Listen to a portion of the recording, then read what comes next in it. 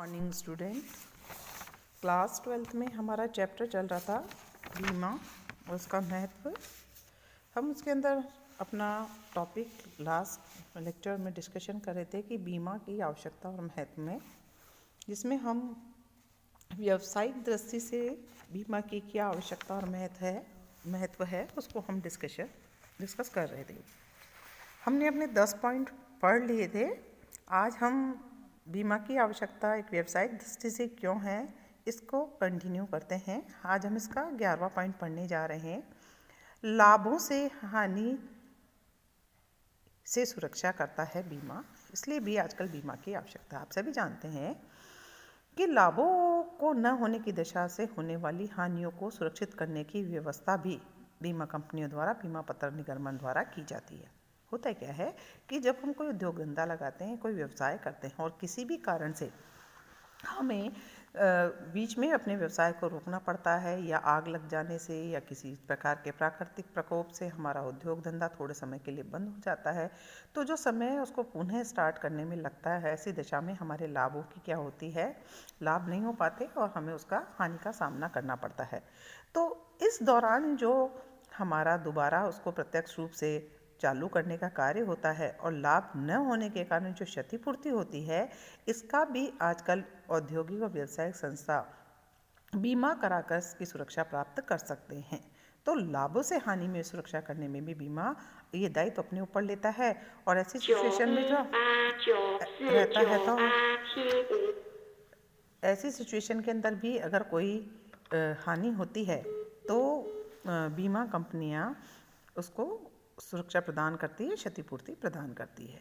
फिर आता है औद्योगिक प्रतिष्ठानों को वित्तीय सहायता। औद्योगिक प्रतिष्ठानों को वित्तीय संस्था, आप सभी जानते हैं, किसी भी औद्योगिक प्रतिष्ठान को स्थापित करने के लिए या उसको संचालित करने के लिए समय समय पर बहुत सारे पैसों की आवश्यकता होती है। अब ये दीर्घकालीन पूंजी कैसे प्राप्त हो, इसके अंदर भी बीमा कंपनियां आजकल ऋणों के रूप में दीर्घकालीन आधार पर वित्तीय सहायता प्रदान करके ऐसे व्यावसायिक और औद्योगिक संस्थानों के विकास में अपना योगदान देती है। भारतीय जीवन बीमा निगम एवं उसकी साधारण कंपनियां इस संबंध में अनेक प्रकार की वित्तीय सहायता प्रदान करके कंपनियों के विकास और विस्तार में योगदान देती है। प्रतिभूतियों का अभिगोपन, आप सभी जानते हैं कि कंपनियों के अंदर शेयर, अंश पत्र, ऋण पत्र आदि का निगमन किया जाता है। निगमित प्रतिभूतियों के अभिगोपन के समय भी ये वित्तीय कोष उपलब्ध कराकर आपको उपलब्ध कराकर प्रतिभूतियों के अभिगोपन में भी सहायता प्रदान करती है, वित्तीय कोष उपलब्ध कराती है, जिससे प्रतिभूतियों का विक्रय करना आसान और सुरक्षित हो जाता है। फिर आता है प्रतिभूतियों में निवेश। आप सभी जानते हैं, अंशदान के रूप में दी गई प्रीमियम बहुत लंबे समय तक बहुत बड़े विस्तृत कोषों के रूप में बीमा कंपनियों के पास एकत्रित हो जाती है, जिसके फलस्वरूप वह क्या करती है, इस पैसे को कंपनियों द्वारा निगमित प्रतिभूतियों के अंदर लगाती है और प्रतिभूतियों का अभिगोपन करने में भी ये अपने पैसे को निवेश करती है, जिससे ऐसी कंपनियों के लिए क्या हो जाता है, पूंजीगत स्रोत उपलब्ध हो जाते हैं। फिर आता है प्रबंध की व्यवस्था करना। जिन कंपनियों के वित्तीय सहायता प्रदान करती है, जिनके अभिगोपन अंशों का क्रय करती है, ऐसी स्थिति के अंदर उसे संचालन मंडल में अनुभवी और कुशल व्यक्ति संचालक में नियुक्त करने का भी बीमा कंपनियों को अधिकार मिलता है। ऐसी दशा में न केवल बीमा कंपनियों के हितों की रक्षा होती है, बल्कि औद्योगिक प्रतिष्ठानों के अंदर एक सुदृढ़ प्रबंध की व्यवस्था और करने में भी सहायता मिलती है, जिसके फलस्वरूप औद्योगिक और व्यवसायिक संस्थानों का विकास होता है और उस पर अनुकूल प्रभाव पड़ता है, उसमें सहयोग प्राप्त होता है। तो ये तो थे सारे सभी हमारे व्यवसायिक दृष्टि से किस प्रकार से उपयोगी है, किस प्रकार महत्व रखता है, किस प्रकार से आवश्यकता है। आज हम पढ़ने जा रहे हैं इसका तीसरा टॉपिक, जो है सामाजिक दृष्टि से बीमा की क्या आवश्यकता है, क्या महत्व है।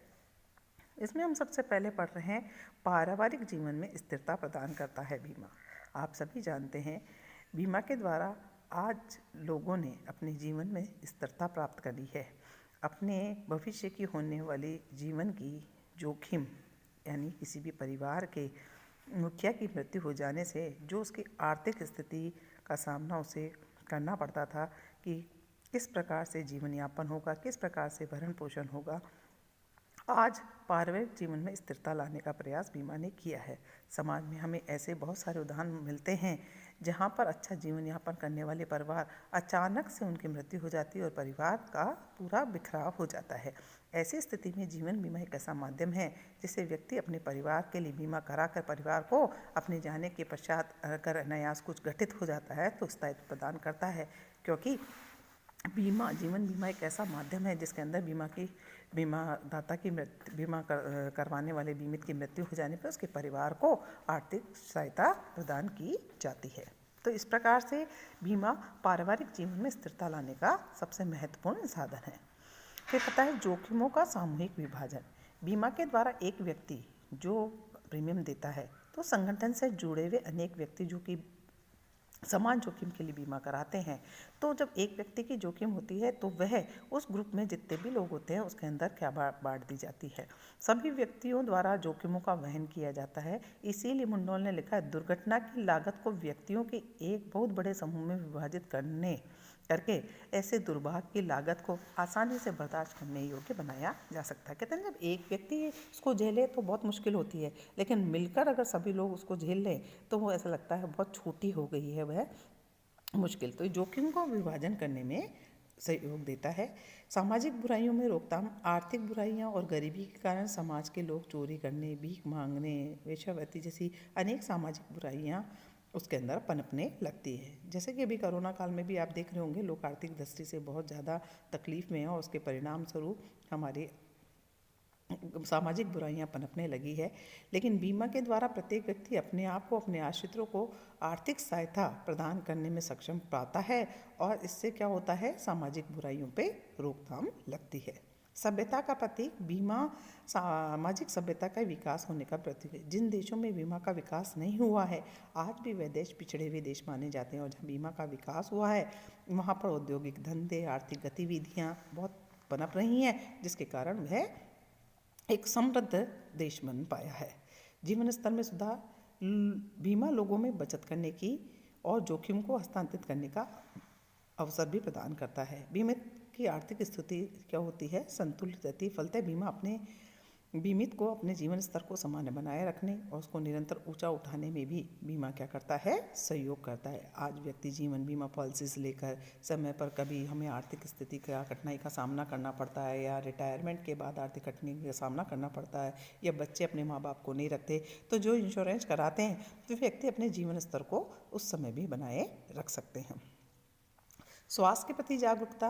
बीमा जनता को स्वास्थ्य के प्रति जागरूक बनाती है, क्योंकि अनेक कंपनियां जो होती है कई प्रकार के सुधार आंदोलन चलाती है, अच्छे स्वास्थ्य बनाए रखने के लिए भारी शिक्षाप्रद सामग्री वितरित करती है, समय समय पर बीमा कराने पर स्वास्थ्य की जांच भी कराती है, जिससे लोग अपनी स्वास्थ्य को लेकर अवेयर होते हैं। अगर कोई बीमारी से ग्रसित होते हैं तो उन्हें पता लग जाता है, जिसका वह इलाज कराकर अपने जीवन को बचाने में भी सहयोग कर पाते हैं। इस प्रकार बीमा स्वास्थ्य के प्रति भी लोगों को क्या करता है, जागरूक करता है। शिक्षा को प्रोत्साहन। आज अनेक बीमाकर्ता शिक्षा के प्रोत्साहन में प्रत्यक्ष अप्रत्यक्ष रूप से योगदान दे रहे हैं। अपने बच्चों की पढ़ाई के लिए आजकल लोग बीमा पत्र खरीदते हैं। माता पिता बच्चों को बहुत ऊंची पढ़ाई कराने के लिए कई प्रकार की बीमा कंपनियां ऐसे योजनाएं निकालती है। साथ ही साथ बीमा कंपनियां पढ़ाने के लिए इच्छुक व्यक्तियों को आर्थिक दृष्टि से गरीब व्यक्तियों को छात्रवृत्तियां भी प्रदान करती है। विश्व शिक्षा के ऋण भी उपलब्ध कराती है, जिससे क्या होता है, शिक्षा को प्रोत्साहन मिलता है। फिर है समाज के में रोजगार के अवसरों का विकास करना। आज बीमा कंपनियां जो कि जैसे लाइफ इंश्योरेंस कंपनी है, जनरल इंश्योरेंस कंपनी है, कई प्राइवेट सेक्टर की कंपनी है जहाँ पर बीमा कार्यालय खुले हैं। उन बीमा कार्यालय को चलाने के लिए एजेंट हैं, बहुत सारे विकास अधिकारी हैं, उसमें कार्य करने वाले हमारे क्लर्क हैं, शाखा प्रबंधक है, उच्च पदों पर कार्यरत। बीमा व्यवसाय से जुड़े हुए मूल्यांकन करना, संपत्ति का जोखिम का मूल्यांकन करना, एजेंट है जो लोगों को प्रोत्साहित करते हैं। इन सब के लिए बहुत सारे रोजगार के अवसर भी सृजित होते हैं। हमारे भारत देश में 85,000 लगभग 85,000 और जीवन निगम के करीब 1.5 लाख कर्मचारी कार्यरत है। इस प्रकार रोजगार के अवसर भी प्रदान करते हैं। नेक्स्ट हम